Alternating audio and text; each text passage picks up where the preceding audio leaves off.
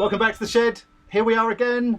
Happy day to you. I hope you haven't been quarantined. I haven't, or maybe I have, because I'm still here.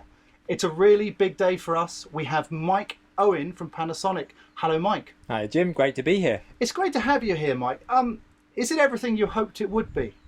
Yeah, it is, and more, because you're here as well, obviously. I'm not going to get you any special treatment talking to me like that, but I understand.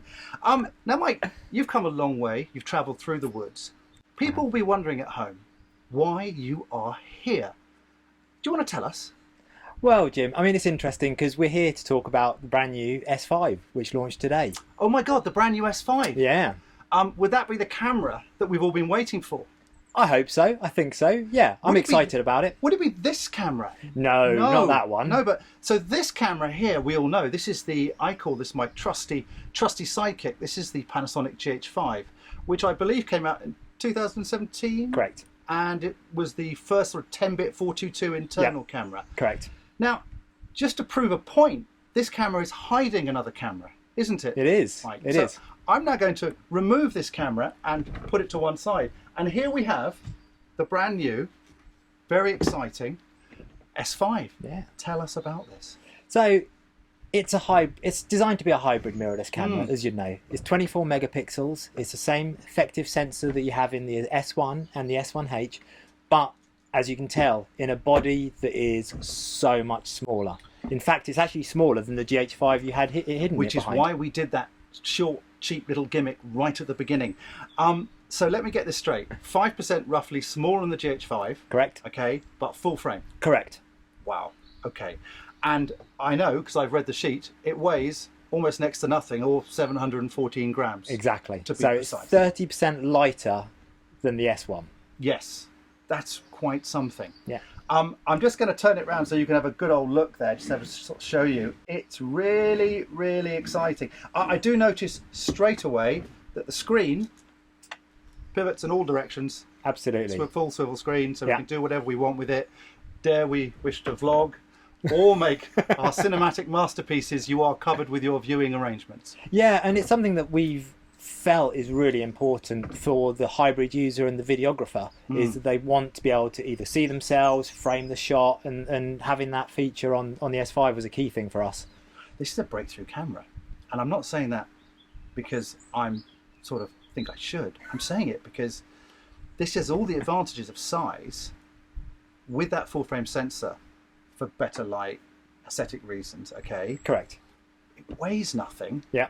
And it's got really good internal stabilization. So the in-body stabilization will give you up to 6.5 stops with the 70 to 200mm lens, which is great from a Panasonic perspective, but it's also great from an industry-based perspective as well, because it's one of the things that people have recognized about Lumix in the past is the fact that our stabilization quality has been one of the leading benefits of these products. Yeah. And actually being able to get a greater benefit out of it by having greater compensation is going to help the user. I've had a little play, which I will show you later in the woods, and we'll talk about some of the features. What I like about it coming from the Panasonic ecosystem, currently shooting on an S1H, we've got an S1 over there. Menus are the same. Yep. All the color profiles are the same. Correct. Codecs are the same. We'll go into that in detail, and we'll talk about the firmware roadmap that I know we can now discuss. So if you are a Panasonic user, there is literally zero familiarization, and it will intercut with everything you already own. Correct. Yes. So that's all tick, tick, tick, tick, tick. Yeah. I'm just very excited because it also comes with that. Yes, the 20 to 60. Now, the 20 to 60, for those that don't know, is your sort of, I would say, your new tiny lens. Yeah, it's designed to be a kit lens. Yeah. And when we announced that earlier in the year, people were actually asking us, where does this fit? And that was designed with this camera in mind. Yeah. So they were designed to work together seamlessly. Yes, and what I like about the 2060, having played with it, is it weighs nothing, absolutely nothing, and it is totally silent. Yeah. So it's perfect for AF in video. It doesn't have stabilization in it, doesn't need it so much because you've got 5.5 internal. Yeah. But it's a really good fit for this size of body. Yeah, and also minimize focus breathing as well. Yeah. So actually when you do use it practically, you're not going to see that focus shifting that you would quite often see from other lenses. So it's built with that user in mind. Yeah, and it's 20 to 60, which is some might say a slightly unusual focal length, but actually really good, because it's a little wider than you would expect. Covers most things, if we're honest. Yeah. But it goes to 60. And I know people say, oh, it's not tremendously fast. It's 3.5 to 5.6. But you have to remember, with full frame, 3.5 is enough to get a decent focus separation. It's really quite good. And also, it's one of those elements where we know from a videographer's perspective that actually the depth of field control sometimes could be more problem than benefit. We'll talk about this again, yes, because I think when you first launch, for instance, your lovely 50 1.4, brilliant lens, but don't ask me to film a face at 1.4. Oh, I did in the woods, which I'll show you later. But you're right, the number of times you're going to shoot at f1.4 it is small. Yeah, but it's great for stills. It's great for stills. For stills, when you have a static subject, it allows you to get that separation and really that focus that you want on the eye. Yeah. And when you have a lens like the 51.4 that is so sharp, it really allows you to have that control. Now, because I'm of a nervous disposition, I'm going to cover the sensor, because obviously we're in a windy area and I wouldn't normally leave it open, but I wanted you to have a good look at it. I'm going to put the lens back on here to be a good chap. There we go. I'm still amazed how tiny it is. Can we just talk about the body? Just go through the external bits. So we've got dual card SD slots. Correct. Yeah, which is fantastic on that side. We've got a slightly new battery, haven't we? Yeah, it is. It is a new battery in terms of power and size, but actually that will enable you to get 470 shots out of a single charge, which is great for a battery of that size. We also then have a battery grip that you can put on the bottom, which will double the battery life, because there's a battery in the grip as well. The squirrels in the woods have also told me that this battery will actually fit the Gh5, will it? Let's just have a look. Let's just see what happens. Oh my God, it does. And let's power it on. Oh my God, it works. So this is quite important. If you own one of these, you can actually use the high capacity battery in here. And we've proven it works by accident, straight away, live for you, so you know we're not lying. But that's a nice touch. Yeah, absolutely. Okay. I'd say I hadn't tried that myself, but it's good to see. I hadn't until then, but that's good to see. So I'll pop the battery back in. You've obviously got your LANC here for remote operation. I love the fact you have that on all your cameras. You've got your standard, what I call your standard Panasonic top controls, your 3 Hero, which is your white balance, your ISO, auto, or whatever, and your over and under exposure. Got a record button. Yeah. Obviously a trigger in the normal place. Yeah. Your focus elements are all in the usual spot. I've already turned the one under my thumb into focus hold, exposure lock. Right, okay. To give me that control as well, even if I'm in AF.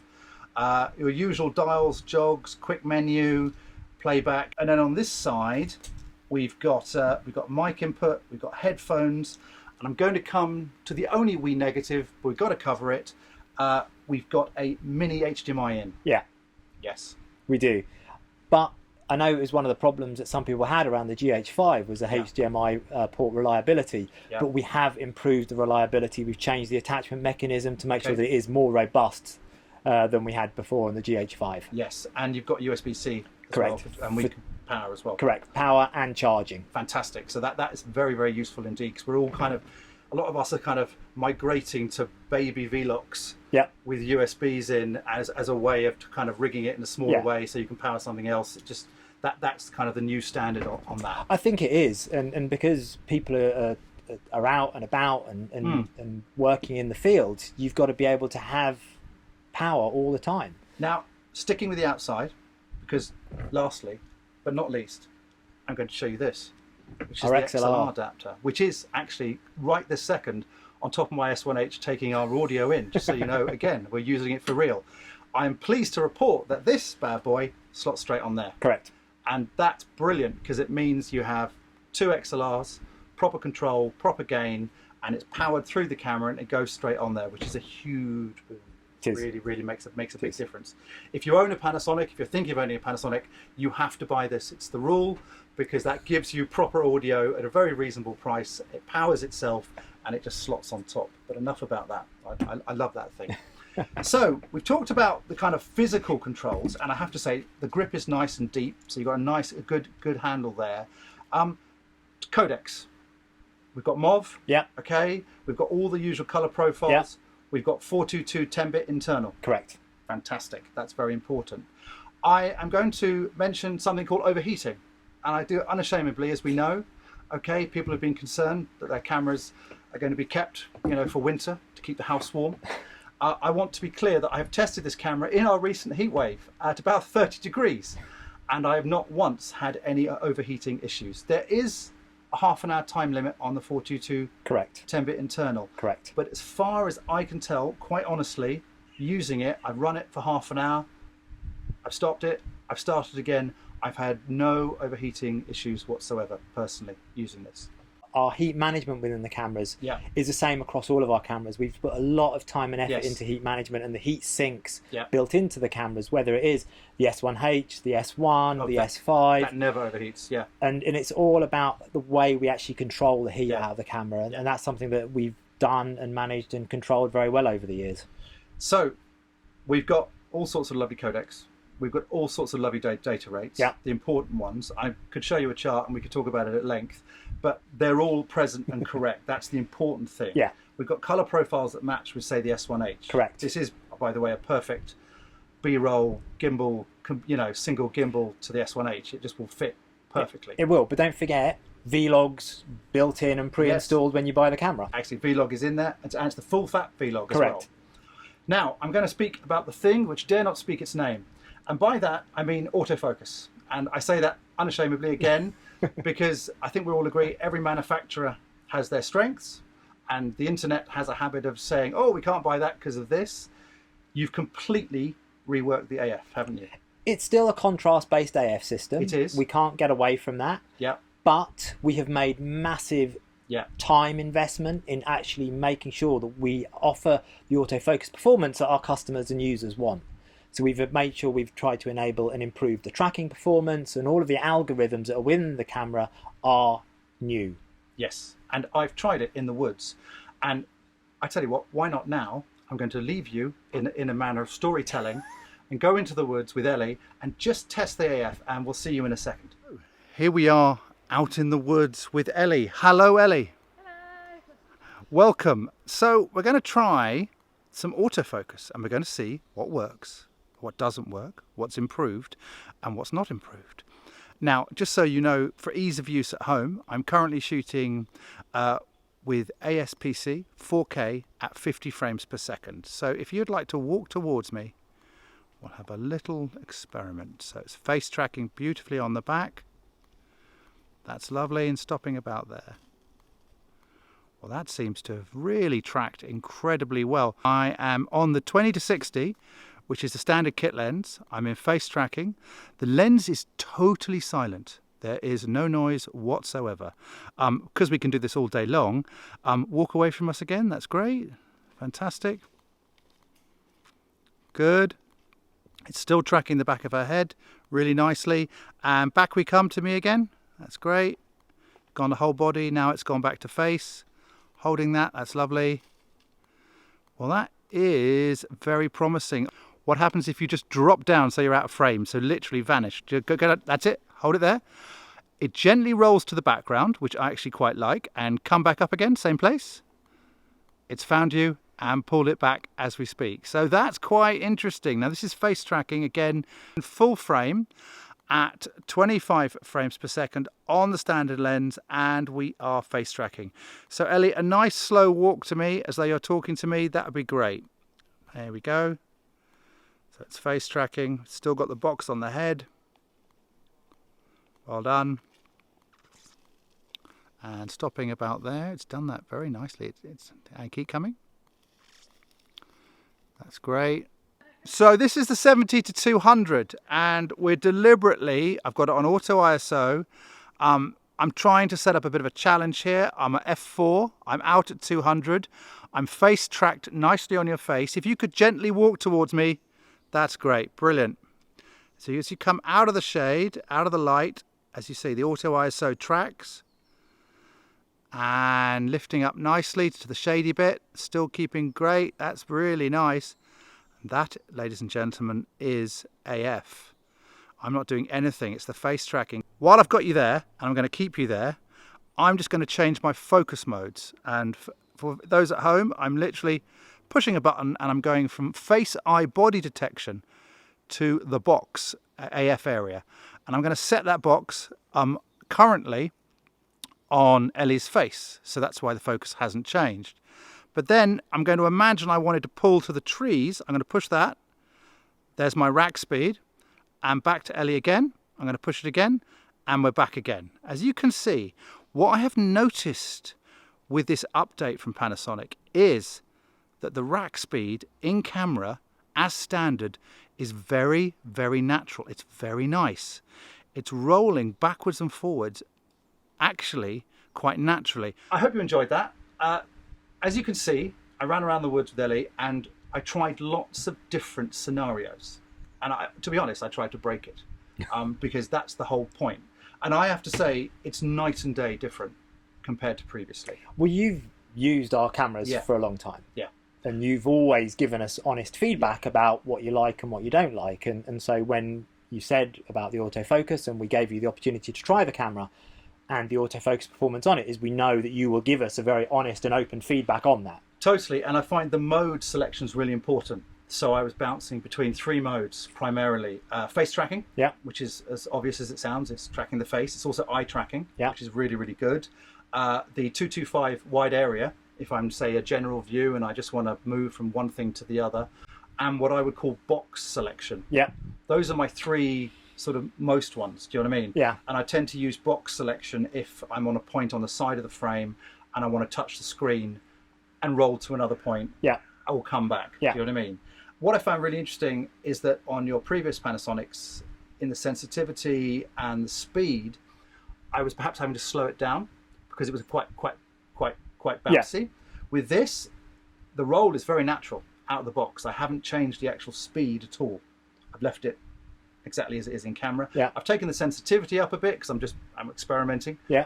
I'm seeing what it does. But as long as you bounce between the correct choice of AF mode, it really is reliable. AF is a tool for a job, and you have to use the tool correctly. Totally. And what we've tried to do with this is to take the feedback that we get and bring a new way of looking at it and managing it within the contrast AF system.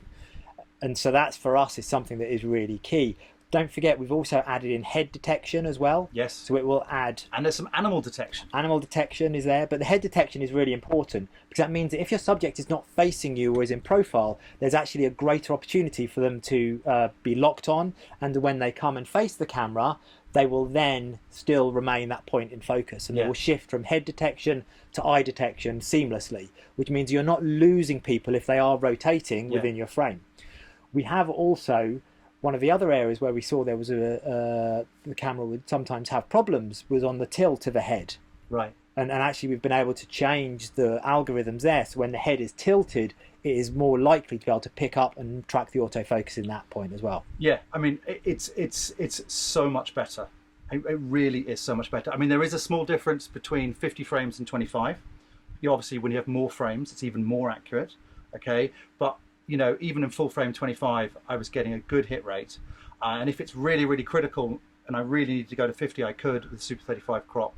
It's now, I don't think there's an excuse. A lot of people use different excuses to go for certain brands. I feel that AF on this is now at the same level as the others. Do you know what I mean? It's very close. That's obviously, we've made a lot of effort from a technology perspective. Ultimately, it's down to people like yourself as the users that will tell us how it works. Yeah, no, it's genuinely, and I know I'm not blowing smoke anyway in the shed because we're not allowed to, it's a fire risk. But it genuinely is a quantum leap forward in AF. And when you've done that, if I may say, be so bold, you've really got to the Achilles heel of perhaps why people go, oh, I like Panasonic for this, this, and this, but I'm not sure about the AF. But now the AF is where it is, it's a much more complete system. And I believe we can mention something else that's Secret Squirrel, which is you are bringing out some primes. We are. So we're going to bring out some 1.8 primes, which we're really excited about, because I think whilst we have the 50-1.4 that we've already talked about, it's quite a big lens. But it is designed to be a reference lens, whereas the 1.8s are designed to be much more usable everyday lenses. Yes. So that's quite exciting. So you could imagine if you were doing an interview, I'd put it on face tracking with my 1.8 prime, and I wouldn't touch it, and it would track the face. Job done. And I could put it on a slider, and it would do all the work for me, which is very nice. What I have to also mention is I have tied this together with a Lumix app on my tablet, and I've been able to do touch focus. So if you don't want to touch the camera at all and you want to rack focus remotely, you can, and it's been a lovely smooth move backwards and forwards. Firmware roadmap. Yeah. Yes. Tell me of the exciting things that have been promised later in the year for this camera. Well, as people know, we do a lot of firmware updates. It's an important part of our DNA, and you always see our products continue to develop. So what we're going to bring later in the year is that RAW will be part of RAW on this later in the year. 5.9K? 5.9K, Brilliant. which will obviously be really exciting. But we also will be looking at bringing the firmware benefits of the AF with this to the other cameras within the S series as well. That's brilliant, because if you can, like you say, if you can roll these updates onto the S1H, onto the S1, yeah. And I'm thinking of your new lenses and the lighter ethos you're Can't doing. forget the S1R as well. No, I won't forget the S1R. For those of you that are into high megapixel photography, absolutely. Actually does 5K video now, doesn't it? Yes, and the S1R, of course. That's exciting. Yeah. So the whole range gets that AF lift. Absolutely. Good. And that's something that we always want to do, is we always want to bring something new. Last year we brought an increase in the video functionality of the G9 to the market. Yeah. And that's something that we're really proud of, that we're able to do for the marketplace and our customers. And another thing that I like, and it's a small thing, but it's the small things that please me, is you've got the, if you press record on this, and I shall just press record just briefly, just to preview, we got the red box around. It's small things like that, yeah, because the S1H originally had that. That's right. And it just helps me with my very poor vision to know that I'm actually recording at the time that I need to. And I hear shutter angles coming as well, yeah, in the update. Correct. So it's got a lot of stuff. I mean, It really, does. you've thrown the bells, kitchen sink, wardrobe, everything at this. This is great. We have, but it's not always designed for the cinematographer, so there is no 24p in this. Sure. So this is where you have the benefits of the S1 or the S1H, Yeah. is where they will give you the 24p, because this is still a very capable stills camera, and we should never get away from that as well. Yes, and because the sensor is 4 megapixels, so same as the S1 and the S1H. See, and if you were a stills photographer or a hybrid shooter, in some ways that's better than the Sony A7, for instance, because that's 12. Correct. So you've got much more definition and resolution in this sensor for stills, because of that obvious reason. And it's got the high res. It does. It has a brand new high res mode as well, which means actually rather than just outputting a RAW, it will now output a high resolution JPEG as well. Yeah. So you can get an equivalent 96 megapixel JPEG out of the camera. More than enough for anybody, surely. That's all going on the Tinterweb anyway. But I know for those large prints, should you require them. Yeah. But that's great. So yes, so it really is a true hybrid in that sense. Absolutely. You haven't neglected the still side. Not at all. Not at all. And that's really important, because we know that our users use our cameras for both. Yeah. And we want to make sure that they can pick it up as a camera they feel confident to use. And we've built it in the way, because it's a magnesium alloy frame around it as well. So it is hard wearing, it's durable, and it has all of the things that Lumix users have expected from us over the years. Yes, and I'm excited to put loads of dodgy looking glass on the front too, because I've got like, like a M or like a Nikon with an adapter. This, like almost like a rangefinder style, which you can mount on that L mount. But it's not all dodgy glass though, No, Jim, because we've got anamorphics as well. About stuff I buy on eBay. But you're right, and you've got full anamorphic support, Correct. haven't you? Yeah. Oh, with those Ciru lenses, you could have a very, very cost-effective anamorphic look, couldn't you, if you'd adapted them all down? Yeah. This is a very complete offering.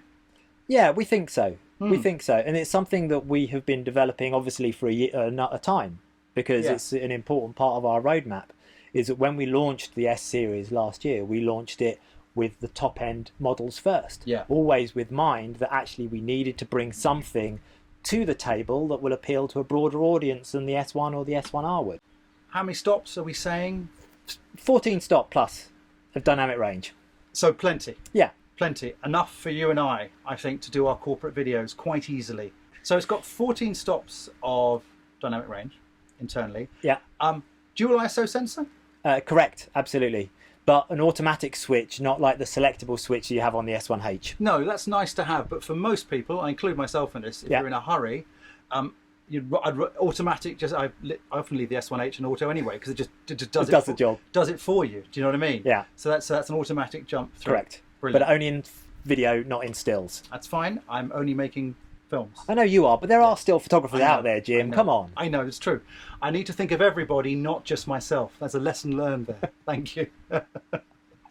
You've got flat colour profile on this. For those of you who are wondering what I'm talking about, I'm not talking about pancakes. No, I'm talking about in the S1H, you introduced the flat colour profile. Correct. Which is not log, but it's just very kind to highlights, very soft, needs like 2-second grade. Take the sharpening all the way down. It's just a really nice profile, and I'm really happy to see flat in here because it's feedback. Yeah, the feedback we were given is people like they really do that look. Yeah, and so whether it is the flat profile, whether it is the Cine D, all of the profiles that we have in the camera, yeah, it is designed, as I've said already, about being a tool and fitting into your workflow. Whether you are shooting with high-end cinema cameras, whether you're shooting your kids' football match, yes, you've got that level of flexibility to get the look that you want out of this camera. And as we draw to a close, we haven't even mentioned what I think is its killer USP, and that is price. How much would you pay for this all-singing, all-dancing camera? Mike, could you let me know the price, please? Well, how much would you pay for a camera like this? I would give you 3 camels and the ability to leave this shed, but sadly that is off the agenda. Well, you have to look at it in context with the competition, I think. You have to see where it lands. And I know the price, but I'm going to get you to tell me. So what is the price body only? Body only is $17.99. That's very competitive.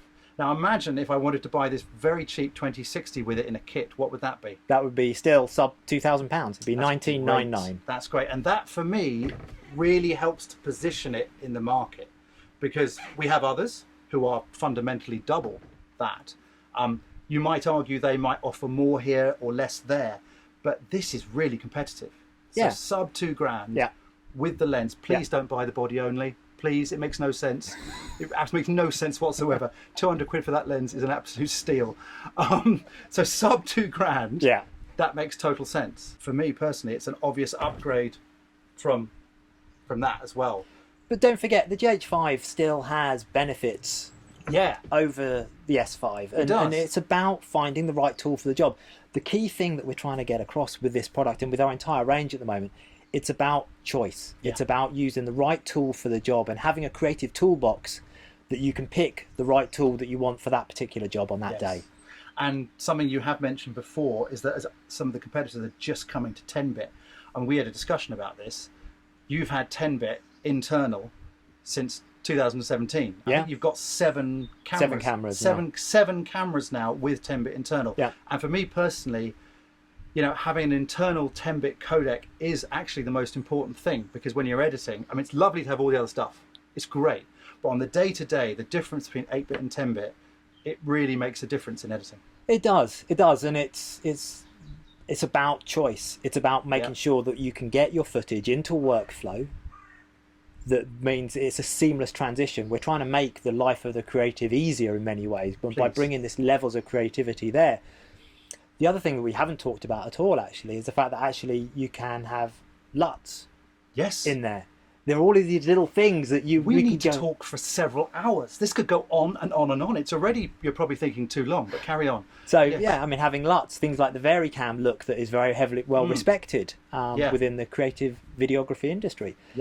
All of these things are built in, and it is designed to be a tool that you can work with. Time lapse, stop motion, slow motion to 180, slow motion from 1 frame to 180 for full HD. So again, you've got that massive range of flexibility.